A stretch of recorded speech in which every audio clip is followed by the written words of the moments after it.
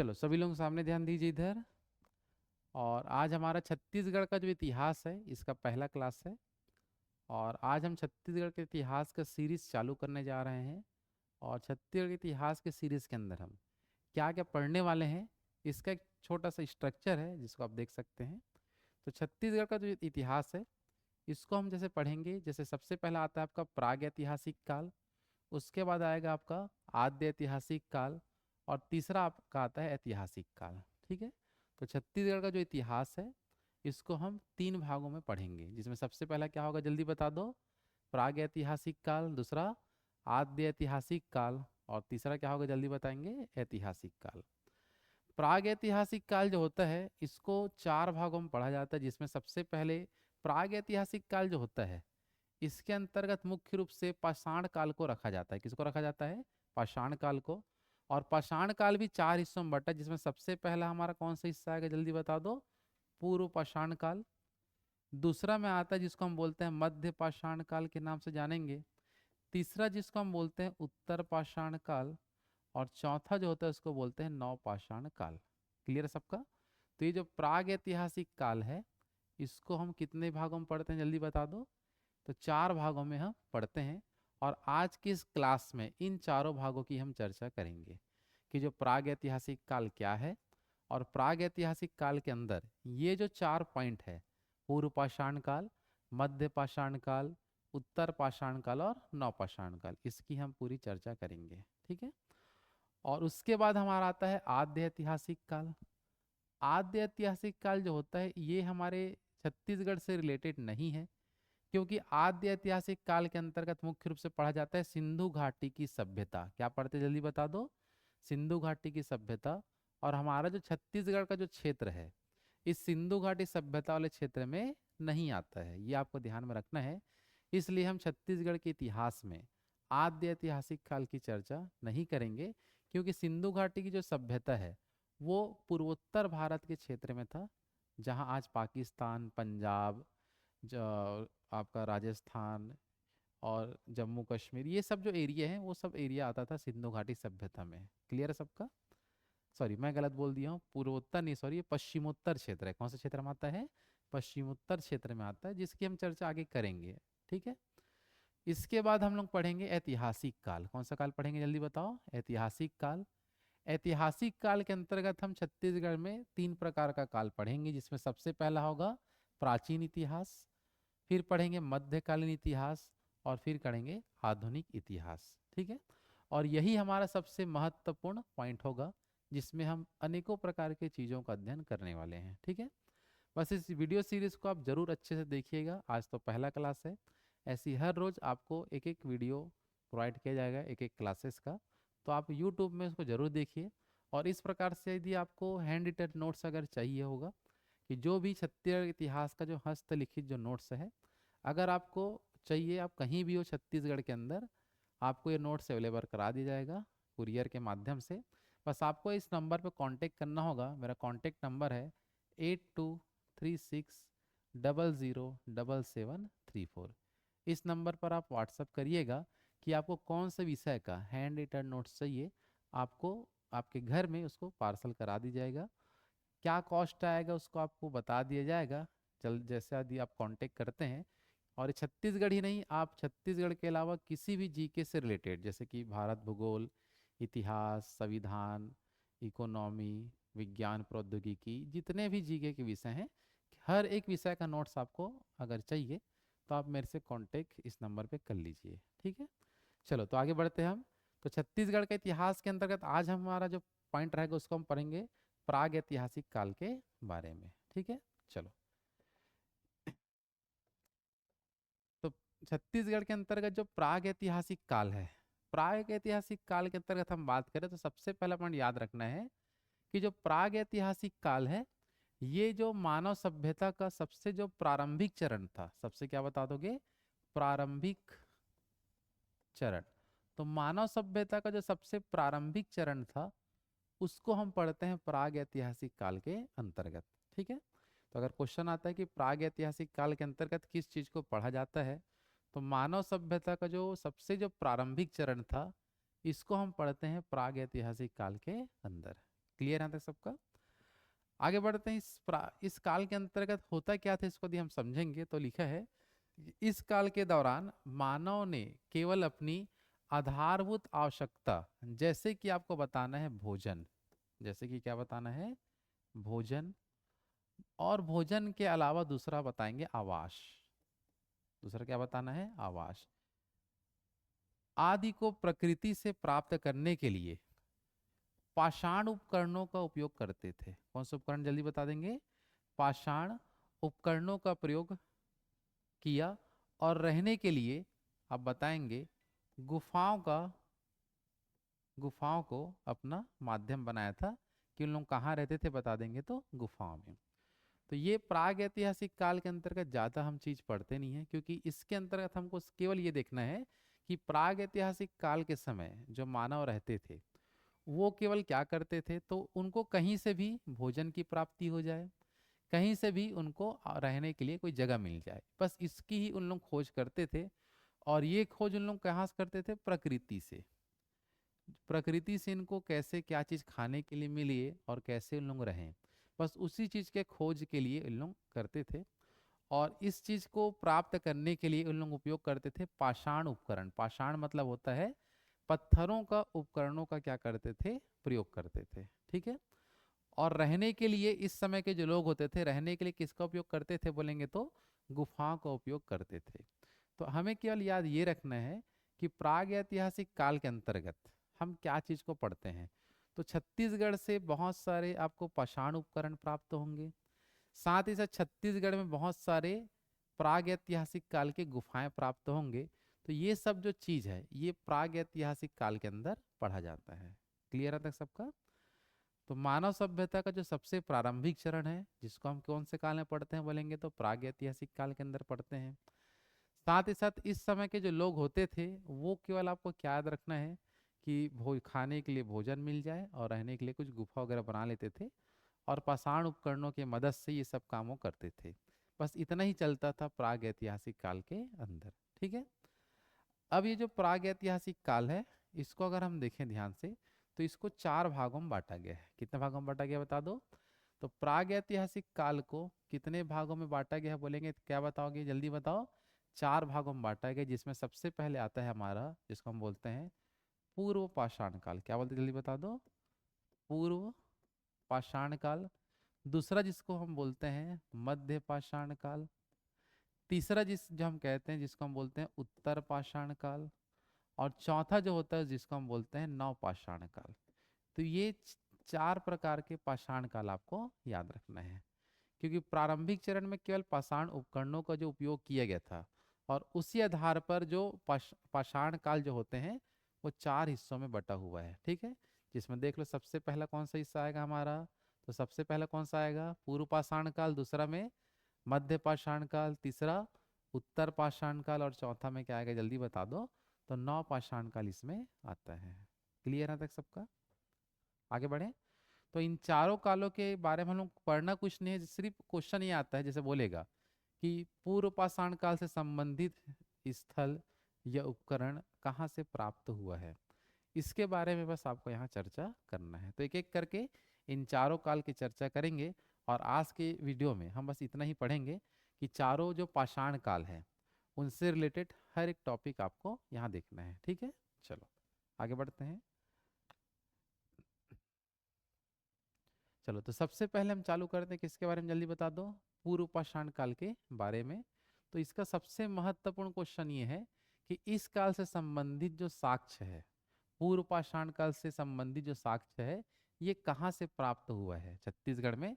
तो आपको बताना है कि इससे संबंधित जो साक्ष्य है ये हमको कहाँ से मिला है, तो ये हमको मिला है रायगढ़ से। कहाँ से मिला जल्दी बता दो? रायगढ़ से प्राप्त हुआ है। क्वेश्चन अगर आता है एग्जाम में कि छत्तीसगढ़ में पूर्व पाषाण काल से संबंधित साक्ष्य कहाँ से प्राप्त किया गया है, तो आपको किसमें टिक लगाना है जल्दी बता दो? रायगढ़, ठीक है।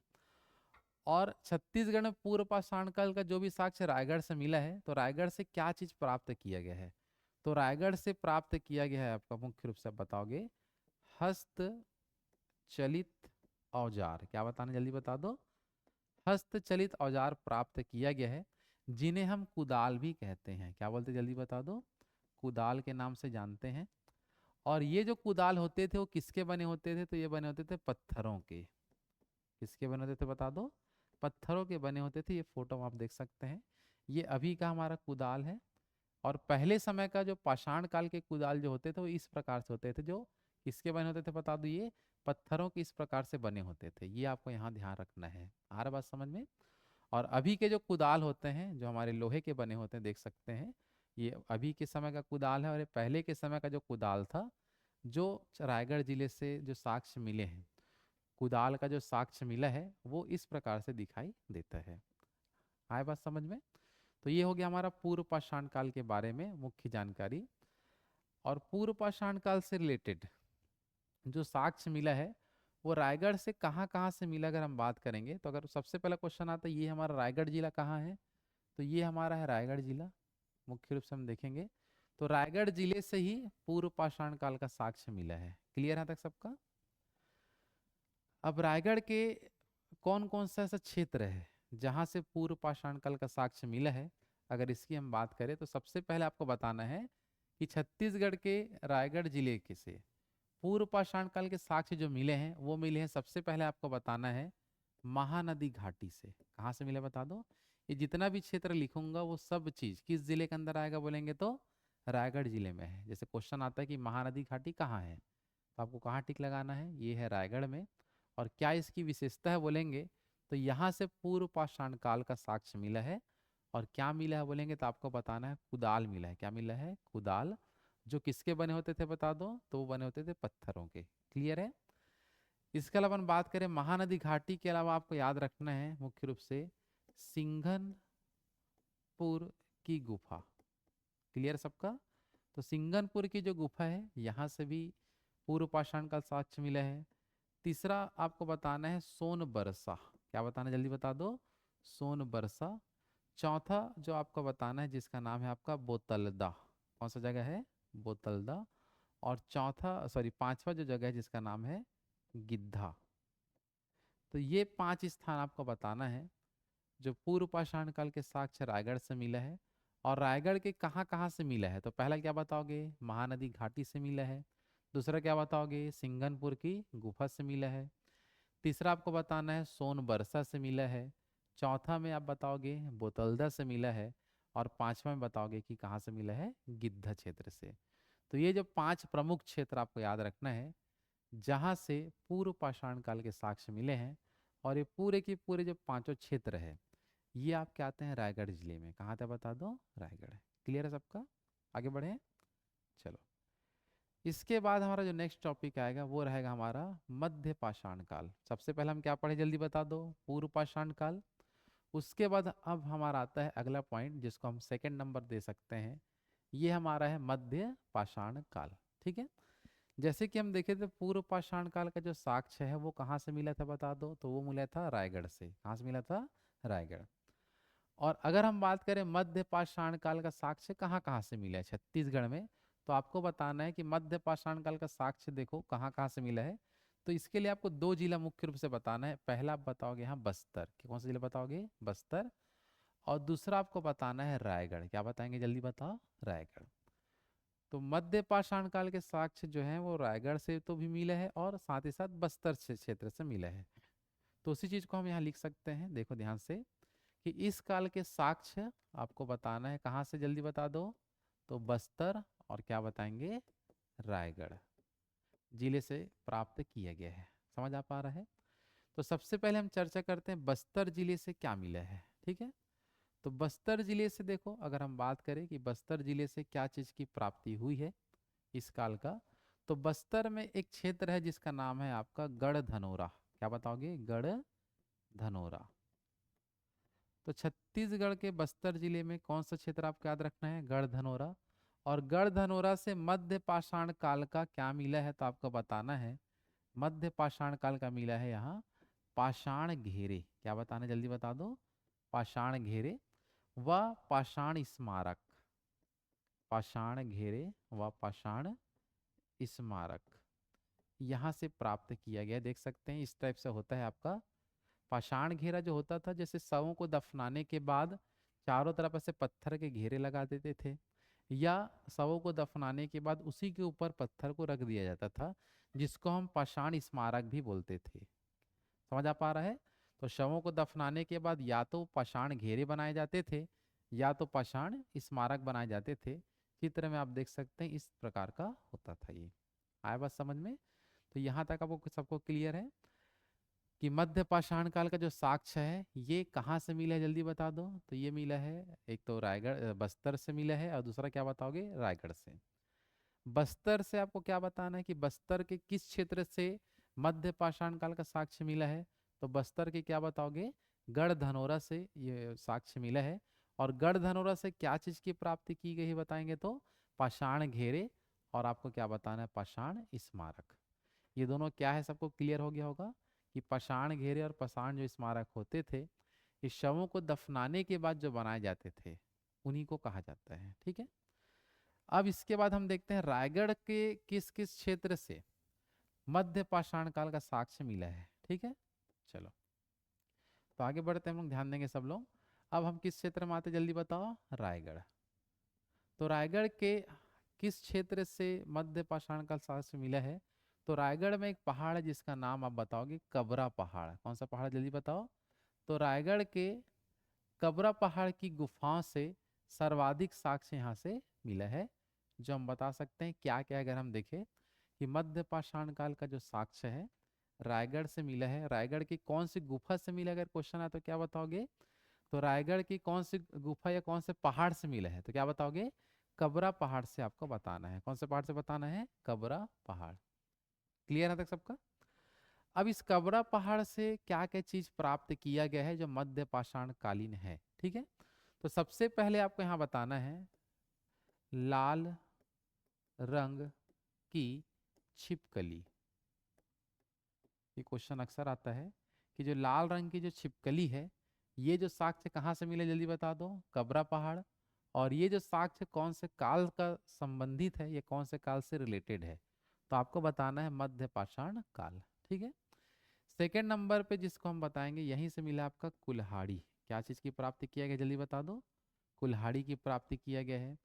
तीसरा इसी में हम बताएंगे मुख्य रूप से घड़ियाल। क्या बताना, जल्दी बता दो, घड़ियाल आपको यहाँ से याद रखना है। साथ ही साथ यहाँ से और किसका साक्ष्य मिला है, तो आप बताएंगे सांभर। क्या बताना, जल्दी बता दो, सांभर के भी साक्ष्य यहाँ से मिले हैं। नेक्स्ट हम बताएंगे यहाँ से और क्या प्राप्त किया गया, तो आपको बताना है लंबे फलक वाले औजार। लंबे फलक वाले औजार। तीस चौथे नेक्स्ट हम बताएंगे यहाँ से मिला आपका अर्ध अर्ध चंद्राकार औजार। चंद्राकार औजार। ठीक है।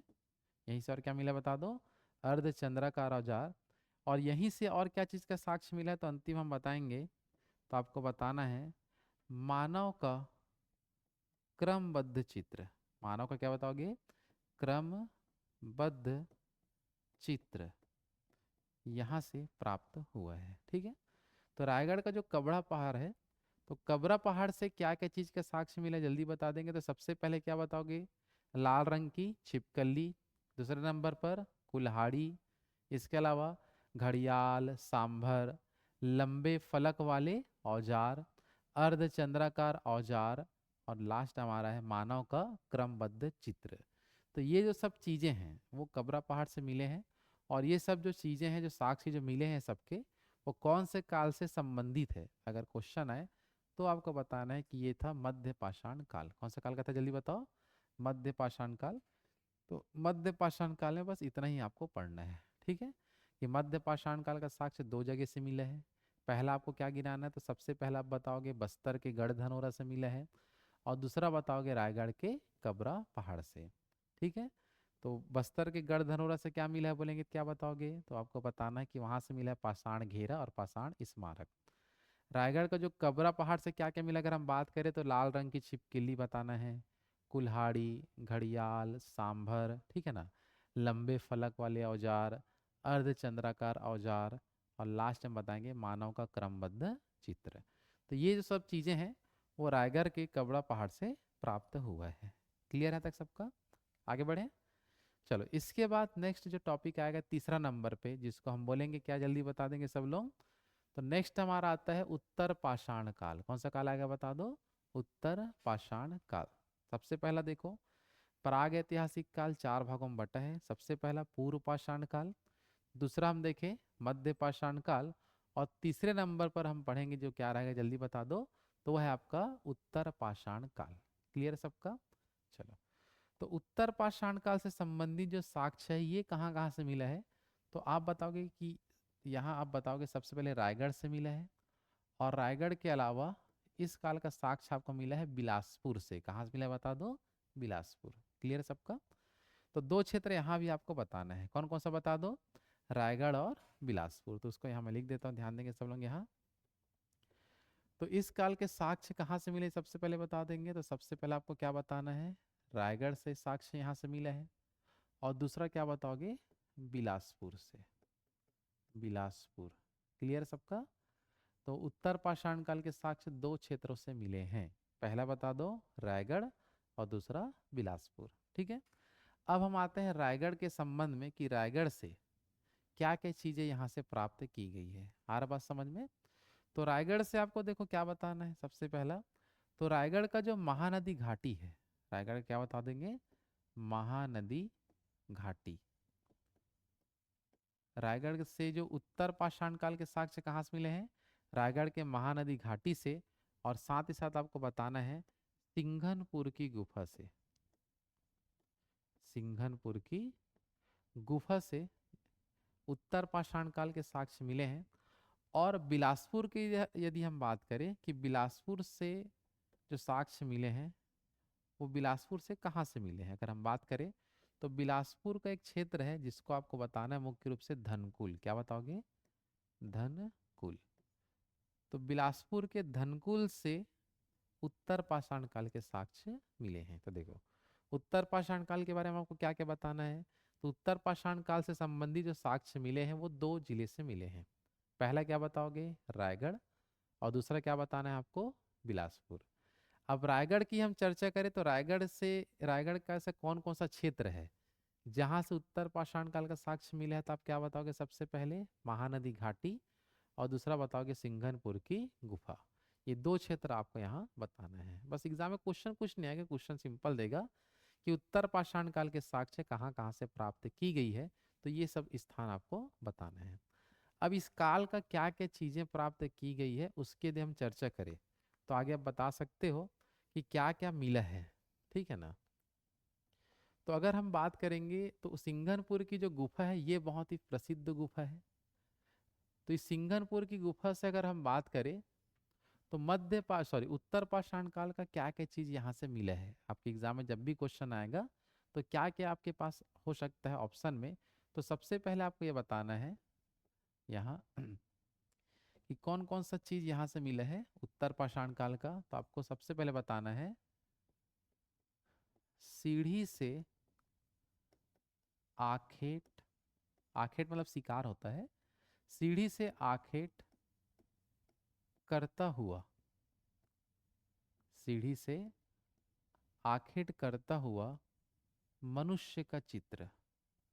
मनुष्य का चित्र इस गुफा में चित्र बना हुआ है कि सीढ़ी से शिकार कर रहे हैं, सीढ़ी से आखेट करता हुआ मनुष्य का चित्र। ठीक है, इसके अलावा सेकंड नंबर बताएंगे मनुष्य समूह का चित्रण। मनुष्य समूह का चित्रण। ठीक है, तीसरा बताएंगे यहां पास आपको बताना है औजारों से, औजारों से खुदी हुई आकृति। खुदी हुई आकृति यहाँ आपको बताना है। क्लियर सबका? औजारों से खुदी हुई आकृति। और चौथा नंबर पर आपको बताना है लाल रंग का शैल चित्र।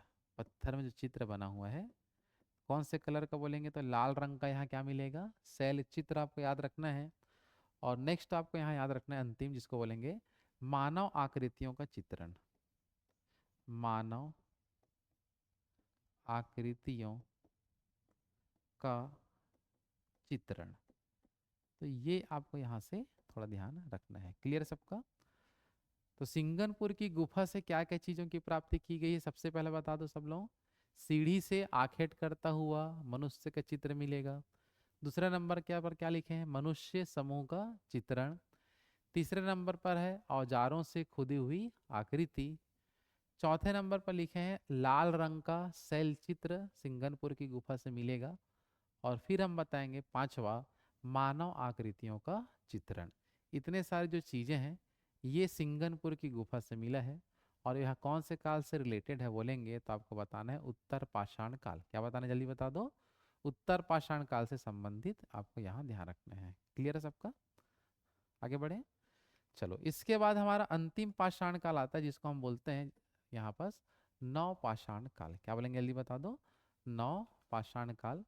तो नव पाषाण काल से संबंधित अगर हम बात करें तो यहाँ लिखा है, तो नव पाषाण काल के जो जो भी क्षेत्र हैं इन सभी क्षेत्रों से क्या चीजों की प्राप्ति की गई है तो आपको बताना है छिद्रित धन औजार। ये छिद्रित धन औजार जो होते थे ये नुकीले होते थे, जिसको हम छिद्रित धन औजार बोलते थे, जो एकदम नुकीले होते थे और शिकार करने के लिए इसका ज्यादा उपयोग किया जाता था। ठीक है, तो छिद्रित धन औजारों की जो प्राप्ति हुई है यह कौन से काल से रिलेटेड है। जब भी क्वेश्चन आए तो आपको किस में टिक लगाना है, तो आपको बताना है कि वह नव पाषाण काल से संबंधित है। अगर क्वेश्चन आता है छिद्रित धन औजारों की जो प्राप्ति छत्तीसगढ़ के अलग अलग क्षेत्रों से जो किया गया है वह कौन से काल से संबंधित है, तो वह सभी है बता दो नव पाषाण काल से रिलेटेड। क्लियर है तक सबका, आगे बढ़े। चलो, तो नवपाषाण काल से जो छिद्रित धन औजारें जो प्राप्त की गई है वो कहाँ कहाँ से मिला है। तो सबसे पहले आपको बताना रायगढ़ का एक क्षेत्र है जिसका नाम है आपका टेरम। क्या बताओगे जल्दी बता दो। तो रायगढ़ के टेरम से प्राप्त किया गया है। इसके अलावा नवपाषाण काल के जो छिद्रित धन औजार हैं ये राजनांदगांव जिले में एक क्षेत्र है जिसका नाम है चितवा डोंगरी। क्या बताओगे जल्दी बताओ, चितवा डोंगरी। आ रहा समझ में। और चितवा डोंगरी राजनांदगांव जिले में है, मुख्य रूप से हम देखेंगे। इसके अलावा अगर राजनांदगांव जिला मान लो ऑप्शन में नहीं देता है तो राजनांदगांव से टूट के भी एक नया जिला बना जिसका नाम क्या है, मानपुर मोहला अम्बागढ़ चौकी। तो इस जिला अगर ये नहीं दिया है तो ये भी जिला दे सकता है क्योंकि ये जो एरिया इसी जिले के अंतर्गत अभी आ रहा है। ठीक है, इसके अलावा राजनांदगांव का एक और क्षेत्र है जिसका नाम है आपका बोनटीला। क्या बताना जल्दी बता दो, बोनटीला। यहाँ से भी छिद्रित धन औजारों की प्राप्ति की गई है जो नवपाषाण काल से संबंधित है। क्लियर सबका। और अंतिम हम देखेंगे दुर्ग का जो क्षेत्र है, दुर्ग में एक क्षेत्र है जिसका नाम है अर्जुनी। कौन सा क्षेत्र बताओगे, अर्जुनी। तो यहाँ से भी नवपाषाण कालीन छिद्रित धन औजारों की प्राप्ति की गई है। समझ आ पा रहा है। तो नवपाषाण काल के जो साक्ष्य मिले हैं उसमें साक्ष्य का नाम क्या बताओगे, छिद्रित धन औजार जो नुकीले होते थे, शिकार में ये काम आता था। और ये जो छिद्रित धन औजारें जो हैं यह छत्तीसगढ़ के कौन कौन से क्षेत्रों से प्राप्त किया गया है। तो सबसे पहला बताना रायगढ़ के टेरम से मिला है, राजनांदगांव के चितवा डोंगरी से, राजनांदगांव के बोनटीला क्षेत्र से और दुर्ग जिले के अर्जुनी से नवपाषाण काल के साक्ष्य मिले हैं। बस नवपाषाण काल को लेके इतना ही क्वेश्चन एग्जाम में आता है। ठीक है, तो जो प्राग ऐतिहासिक काल था वो उसको चार भागों में हम बांटे थे जिसमें सबसे पहला आपको क्या बताना है, तो सबसे पहला होता है हमारा पूर्व पाषाण काल। उसके बाद देखे मध्य पाषाण काल, फिर देखे उत्तर पाषाण काल, और सबसे लास्ट में हम क्या देखे जल्दी बताओ, तो आया हमारा नव पाषाण काल। तो जितने भी महत्वपूर्ण क्षेत्र थे, जितने भी जो साक्ष्य थे, ये कहाँ कहाँ से मिला है और क्या क्या क्षेत्र नाम थे उसको आपको ध्यान रखना है। ठीक है, चलो पाषाण कालीन या प्राग ऐतिहासिक काल का कुछ नोट पॉइंट है जिसकी चर्चा हम लोग यहाँ करते हैं। ठीक है, चलो, तो कुछ नोट पॉइंट है जो हमारे एग्जाम में पूछा जाता है जिसके बारे में हमको यहाँ देखना है। तो सबसे पहले आपको क्वेश्चन दिया है कि छत्तीसगढ़ के ऐसा बालोद जिले का ऐसा कौन कौन सा क्षेत्र है जहां से पाषाण घेरे प्राप्त किए गए हैं। क्या किए गए हैं बता दो, पाषाण घेरे। तो पाषाण घेरे जो है ये कहाँ कहाँ से मिला है बालोद जिले के अंतर्गत, तो आपको बताना है सबसे पहला आपको बताना है बालोद जिले का एक क्षेत्र है जिसका नाम है करही भदर। कौन सा क्षेत्र है बता दो, करही भदर। और मैं खुद रहने वाला किस जिले का हूँ, बालोद जिले का। करही भदर हमारे एरिया से लगभग 25 से 30 किलोमीटर की दूरी पर है, करही भदर का जो क्षेत्र है। ठीक है ना, मेरा जो निवास स्थल है बालोद जिले का जो दल्ली राजरा शहर है, जिसे हम लौह नगरी के नाम से जानते हैं, वहाँ मेरा निवास स्थल है। तो ये हमारे ज़िले का ही क्षेत्र है। तो क्वेश्चन एग्जाम में आता भी है कि छत्तीसगढ़ का जो बालोद जिले का ऐसा कौन कौन सा क्षेत्र है जहाँ पाषाण घेरे प्राप्त किए गए हैं प्रागैतिहासिक काल का। तो एक करही बदर बताना है, दूसरा आपको बताना है चिरचारी। क्या बताना, बता दो, चिरचारी। और एक बताएंगे आप लोग सोरर। ये तीनों क्षेत्र आसपास का ही एरिया में है। करी बदर, चिरचारी, सोरर सब एक ही एरिया में आते हैं। जैसे अपन जाते हैं बालोद जिला, बालोद जब शहर जाते हैं तो बालोद जिला जैसे क्रॉस करते हैं तो एक धमतरी रोड आता है, धमतरी रोड में ही ये सब आपको देखने मिलेगा, करी बदर, चिरचारी, सोरर, ये सब इलाका। ठीक है। अगला क्वेश्चन ये है कि आपको लिखा है कि गढ़ धनोरा जो बस्तर जिले में आता है हमारा, तो गढ़ धनोरा के पाषाणकालीन साक्ष्य की खोज किसने किया था? तो आपको यहाँ टिक लगाना है, कमल मिश्र ने। किसने किया था जल्दी बता दो, कमल मिश्र यहाँ पास राइट आंसर आएगा। क्लियर सबका। अगला क्वेश्चन ये लिखा है कि गढ़ धनोरा बस्तर यहाँ से सबसे अधिक क्या चीजों की प्राप्ति की गई है? तो यहाँ से सबसे ज्यादा मिला है, बता देंगे, पाषाण घेरे। क्लियर सबका। तो छत्तीसगढ़ में सबसे ज्यादा पाषाण घेरा कहाँ से मिला है बताएंगे, तो आपको राइट आंसर टिक लगाना है, गढ़ धनोरा बस्तर। और यहाँ बताया गया है कि 500 पाषाण घेरे मिले हैं। कितने बता देंगे, 500 पाषाण घेरे मिले हैं। तो सबसे ज्यादा छत्तीसगढ़ में पाषाण घेरा कहाँ से प्राप्त किया गया जल्दी बता दो, तो वो मिला है गढ़ धनोरा बस्तर से। लगभग कितना बताया गया, 500 पाषाण घेरे यहाँ से मिले हैं। ठीक है। अगला क्वेश्चन हमारा ये है कि छत्तीसगढ़ में प्राग ऐतिहासिक काल का सर्वाधिक शैल चित्र, सर्वाधिक क्या बताएंगे जल्दी बता दो, शैल चित्र ये कहाँ से मिला है? तो सबसे ज्यादा शैल चित्र जो मिले हैं, पत्थरों में जो चित्र बना हुआ है, ये मिला है आपका रायगढ़ से। कहाँ से प्राप्त किया है जल्दी बता दो, तो रायगढ़, इसमें आपको टिक लगाना है। दोनों क्वेश्चन बहुत ही इंपॉर्टेंट है। सबसे ज्यादा पाषाण घेरा बता दो, तो सबसे अधिक पाषाण घेरा कहाँ से मिला है? गढ़ धनोरा बस्तर से। और सबसे ज्यादा शैल चित्र ये कहाँ से मिला है? तो आपको बताना है रायगढ़ से। कहाँ से बताना है? रायगढ़। क्लियर है सबका यहाँ तक? आगे बढ़े। चलो, नोट पॉइंट में कुछ फैक्ट हमारा और है, जैसे कि हम देखें ध्यान से यहाँ। तो अगला फैक्ट यहाँ लिखा है कि छत्तीसगढ़ के शैल चित्रों का, जो भी पत्थर में जो चित्र बने होते हैं उसी का हम शैल चित्र बोलते हैं। तो शैल चित्रों का सर्वप्रथम खोज कब किया गया था? तो छत्तीसगढ़ के शैल चित्रों का सर्वप्रथम खोज किया गया था 1910 में। 1910 में किया गया था। और किसके द्वारा किया गया था? तो ब्रिटिश इतिहासकार जिनका एक नाम है आपका एंडरसन।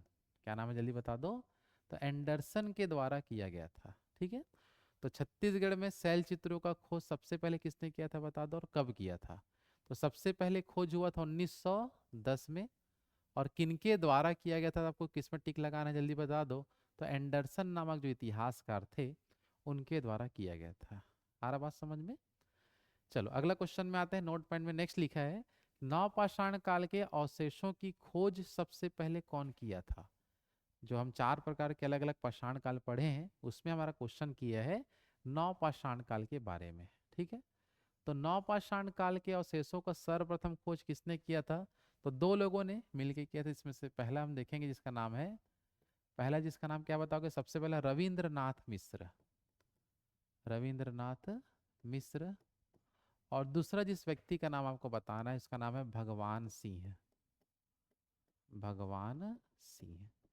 तो ये दो क्वेश्चन आपको ध्यान रखना है कि नवपाषाण काल के अवशेषों की सर्वप्रथम खोज किसने किया था जल्दी बता दो, तो आपको बताना है रविंद्रनाथ मिश्र और भगवान सिंह।